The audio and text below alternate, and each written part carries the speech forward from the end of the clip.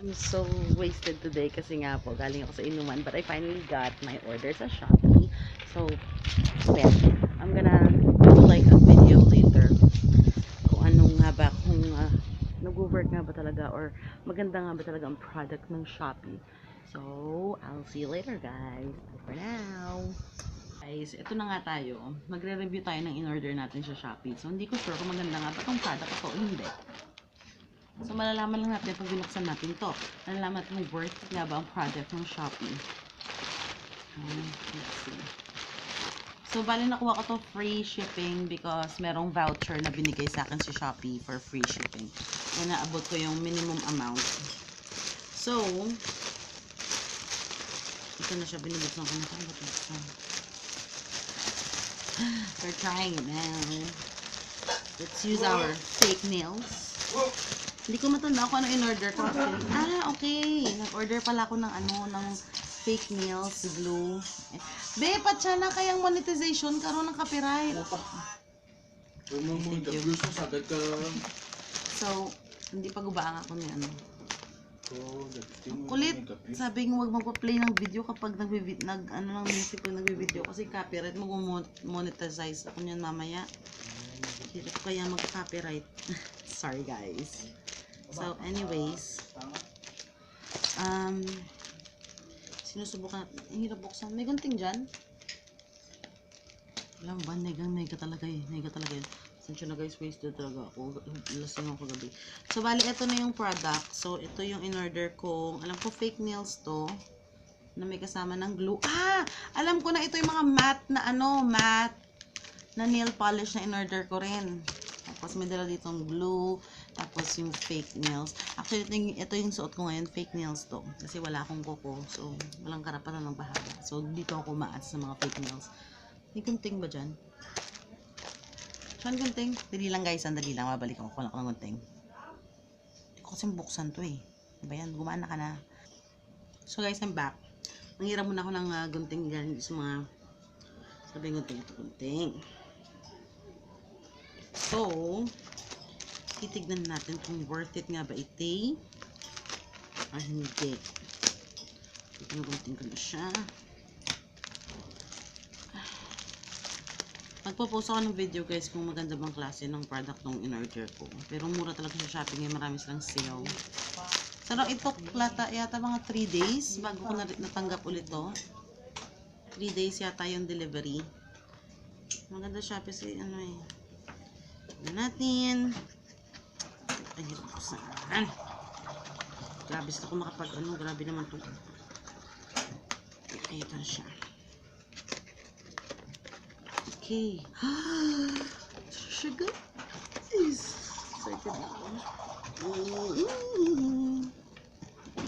Okay. So, nag-order ako ng parang 5 klase. Pero yung iba dito, order ng ko ng boss ko. Kasi sabi niya papasabay siya. So, what I ordered, puro matte. So, we have number 12. Ito yung parang dark red na binili ko na matte. And then, we also have parang nude type daw to eh. Parang pagka pinkish na parang brown. And then, we have gray. Of course, hindi mo walang blue, royal blue. And we have, number 8. Akin ba to maroon? Akin yata itong maroon. Oo, akin itong maroon. So, these are all matte. Siyempre, matapang yung amoy. Like normal, And then, we have our fake nails. Mura lang itong bili ko. So, nakalimutan ko na magkano. Yung binayaran ko yata mga 504. Hindi na dala yung shipping doon. Kasi nga, diba sabi ko, meron ako natanggap na voucher sa Shopee na free ang shipping kapag naabot ko yung minimum amount. So, I just spent like around 500 plus. So, these are the fake nails. Wag! Nagbe-video kaya ako, no? Sensya guys, ha? Sipain, bumabaho yung aso pag sinasipa. So, I have, these are nail glues. Sinubukan ko gumamit ng shoe glue. Numipis yung kuko. So, nag-decide na ako bumili ng talagang nail para sa glue. And then, we have our fake nails. So, 100 pieces yata to. And this is not for me. Sa boss ko to. Kasi nga, gusto niya daw itry. Kasi maganda yung nalabasan ng fake nails sa kuko ko. So, meron ako doon 500 pieces yung akin. Sa kanya, nahanap ko lang is 100 pieces. Ito yata yung, ano nga ang tawag na, ano nga ba ang tawag sa tip na to? French tip. French tip nails to. So, ito yung order ko for her. Magkano lang to yata? Parang 180 plus. So, yun na yun. Ito na lahat-lahat yun. Fake nails, nail glue, tapos 5 types ng matte nail polish. So, gagawa ko ng review nito guys kung maganda nga yung klase ng mga nail polishes na to sa nails. Kapakita ko sa inyo. But for now, these are the products that I got. So, sa susunod na lang, hindi ko pa ito ipopost yung video, bali pinapakita ko lang kung ano nabili ko. Tapos kapag naganahan na ako magpalit ng nail, ng nail colors and nails, feeling ko parang gagawin ko na ngayon. So, I'll keep you posted guys. So, malalaman natin kung maganda nga ba talaga yung product na nabili natin. Bye! So guys, hi, I am back with the review. Normally, hindi ko ito gagawin, pero papakita ko sa inyo paano ko ginagawa yung process ng paglalagay ng fake nails sa kuko ko. Kasi number 1, nasabi ko na kasi inyo, wala akong kuko. May kuko ko pero manipis lang, tsaka maigsi. So normally ginagamit ko yung nail glue. Ito yung na-order ko sa Shopee. So una-una kong ginagawa is nilalagyan ko muna pa isa-isa. Pero syempre dapat alam mo na kung saan mo anong ilalagay mo Alam mo na yung parang dali lang. Yan. Yung parang na-check mo na kung ano yung bagay sa kuko mo, anong kakasya, ganon. So ang ginagamit ko yun is French nail. I think it's French. So dapat na-check mo na kung saan yung magkakasya tsaka saan yung hindi. So ako, pinili ko na kung saan yung magkakasya. Tsaka hindi pa to tapos kasi in-nail ko pa, i-file ko pa to, nakalimutan ko yung nail file ko. So, ganito yun. Isa-isa ko muna siya. Tapos, lalagay mo lang yan. Parang gaganyanin mo lang. Tapos, papatong mo lang. Tapos, maghihintay ka lang ng couple of seconds. No, diba? Pasensya mo nyo na ako, medyo, hindi ako malinis ngayon. Ito na siya, nakikita nyo na yan. So, hintayin nyo lang yan mag-dry. Basta pag alam nyo nang nasukat nyo na yung tamang kuko, ibig sabihin yun na yun.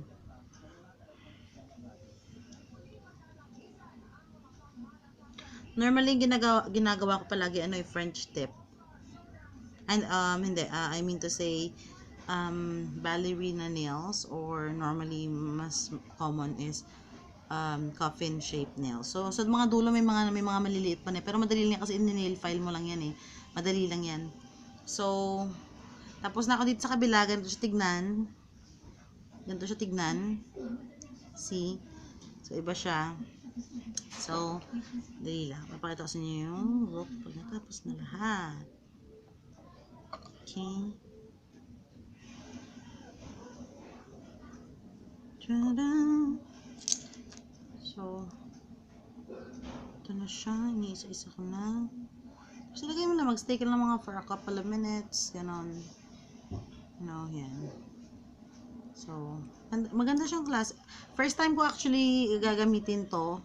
Normally, may ginagamit akong isa. Pero syempre, gusto ko mag-try ko ano mga bagay. Tsaka ano yung gumagana. So, by far, okay siya. Mabilis siyang matuyo. Tsaka, tibay I like it. So, sige, isa-isahin ko pa muna. Hindi lang. Tatawa kasi nanonood ako ng The Medallion. Okay, continue. Continue sa paglalagay. Dali lang kasi nahihirapan ako. Ay! Nalaglag. Shucks, sorry. Sorry for the language. Ay, nakakasar. Ito yung mga moments na medyo nahihirapan ako palagi kasi pag nag-a-apply ako ng kuko. Tapos, ay, natuyo na agad. So, ayusin ko lang.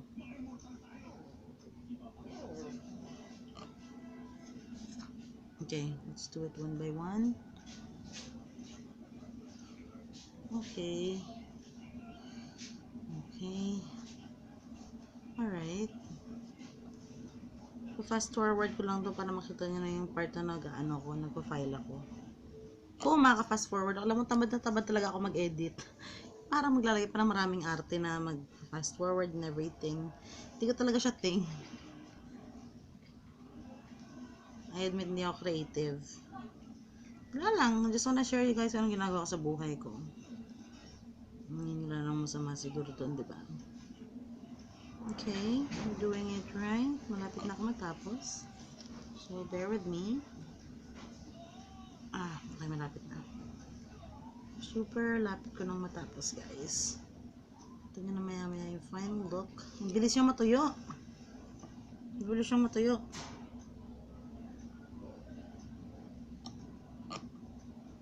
Mabilis mag-dry ang ating nail glue, guys. So, dapat mabilis ka rin. Okay. Mabilis siyang mag-dry. Oh my God! Mabilis siyang mag-dry. Sandali lang, guys. Ayusin ko lang ito. Sandali lang. Sandali lang. Ang hirap. Ito na lang. I hate that. Sandali. So, hi guys. I'm back. So, tinapos ko na lang yung paglalagay ng fake nails off the cam. So, as you can see, ganito na itsura niya. So, sa nakikita niya sa dulo niya, di ba, meron pa siyang parang yun. So, kailangan natin i-nail file yan. Ang problema ko ngayon, yung kasama ko sa trabaho, hiniram niya yung set ko, yung manicure set ko. So, wala akong magamit. Yung parang ginagamit talaga nail file para dito. So, wala akong choice. Hindi gamitin yung manicure set nung mama nung boyfriend ko. Pero hindi ito yung type, although complete, pero hindi ito yung normally na ginagamit ko na basta dadalian ako. So, dito medyo may hirapan ako kasi parang hindi ko man nail file yung edges, yung gilid dito. Kasi, ang plano ko is, gagawin ko siyang, enough na to na haba for me. I like the, gagawin ko sana siyang coffin shape, pero hindi enough yung nail file na to para matulungan ako.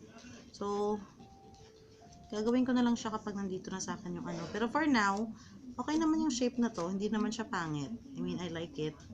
Pero syempre, wala talaga siya dito tulong sa edges ko. So, i-maintain ko lang siya ng ganito. Tapos pagbalik ko ng opisina bukas, doon na lang ako magpa-file sa opisina. So, ang ginagawa ko na lang is tinatanggal ko na lang yung mga sharp edges sa dulo para hindi masakit. Masakit yan eh. Okay. So, bali tapos na ako. Hindi siya masakit. So, as you can see, ganito na yung itsura niya. Right? Ganito na yung itsura niyan. See? So, bale, next thing I'm gonna do is, I'm not quite sure, but I have the maroon one and the gray one. So, what I'm thinking is I'm going to apply a full maroon dito.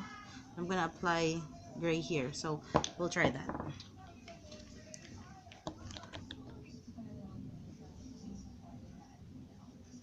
Let me see. Ooh, I love the color. When it comes to its pigmented ba? Pigmented siya. It's normal sa isang apply mo, hindi siya ganun ka-strong. So, lalagyan second coat, kasi second coat natin to. Pero yung amoy, syempre, for understandable nga talaga na matapang amoy ng mga nail polish. So, titignan nga natin kung matte nga ba talaga to. Kasi matte na nakalagay dun eh. Matte to, no, in-order ko siya nakalagay dun sa description niya, matte siya. So, okay lang yan kahit na kumalat siya. Kasi maayos niya pa rin naman yan. So, huwag kayo mag-alala. Pwede kang gumamit ng cotton buds, tapos you use acetone para ma-clear or ma-clean ang edges. So, yes, matte nga siya. Nag-start na siya mag-mattify. So, we'll see what's gonna happen. So, isahin natin yan. Okay, good. We're doing it right. Okay. Okay. Ito na siya. The color, I like it. It's maroon. This is what I wanted. Yung pagka-pigmented niya, okay naman. So, this is my review. So, in-order ko sa Shopee. And, ang bilis niya lang. Kasi minsan yung mga in-order ko maabot ng 2 linggo. Pero ito in fairness, 3 days lang ah. Normally 4 or 5 days bago dumating to eh. So natapos na tayo dyan sa maroon. Diba sabi ko lalagyan ko dito ng gray. Wala pa akong future sa ano. Nag-order pa ako sa Shopee nung parang pang stamp sa kuko, yung parang may art. So susubukan ko yun. Mahilig talaga ako sa kuko. So yun nga problema. Mahilig ako mag nail polish. Ang problema yung kuko ko hindi mahilig kasi hindi yung mahaba. Puputol siya agad, so manipis. Ayoko naman yung palagi may bawang, right? Okay. So that's how it looks. I don't know if you find it nice, or I don't know if you find it cute, but I don't know, I find it okay. I find it okay.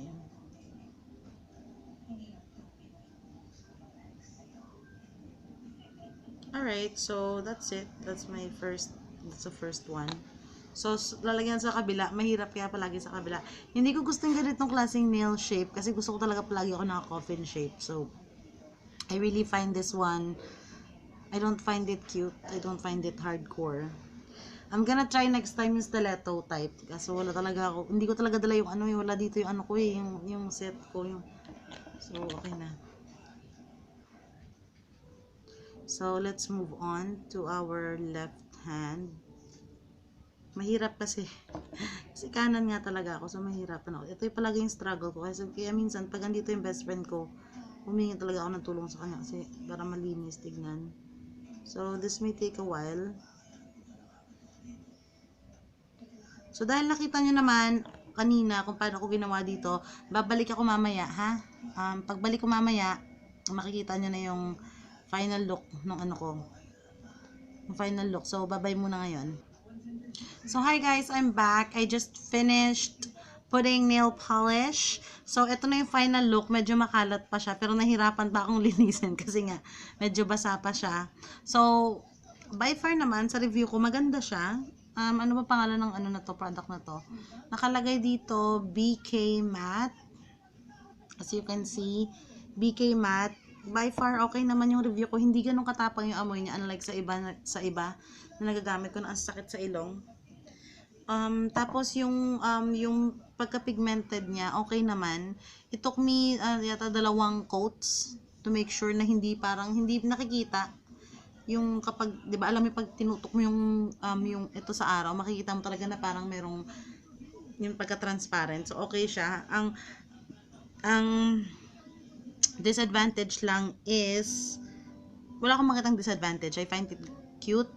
Hindi ganun katapang yung amoy. May kabilisan siyang matuyo. Ang problema ko lang ngayon is hindi ko gusto yung shape niya.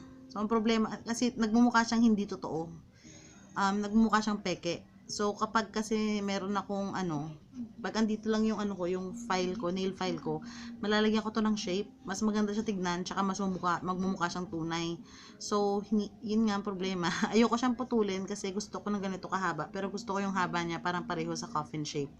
Pero by far, ang ganda ang ganda tignan. Yan. Ang problema nga lang ngayon is, yun nga, may mga kalat-kalat siya, pero mareremedyohan yan. Mamaya lang pag natuyo. So, yun na nga. So, by far maganda yung nabili ko. 55 pesos lang to sa Shopee. Binili ko siya sa, kalimutan ko paano binilhan ko na shop. And that's it. I think maganda yung product. Kasi may mga products talaga na ayoko pag in-order ko tapos ang pangit ng kalalabasan. But by far itong product na in-order ko, tumugma sa inaasahan kong number 1 kulay. Tumugma rin. At mabilis yung dumating. So, okay. Okay na okay ako. Ito na siya. Thank you for watching. Bye, guys!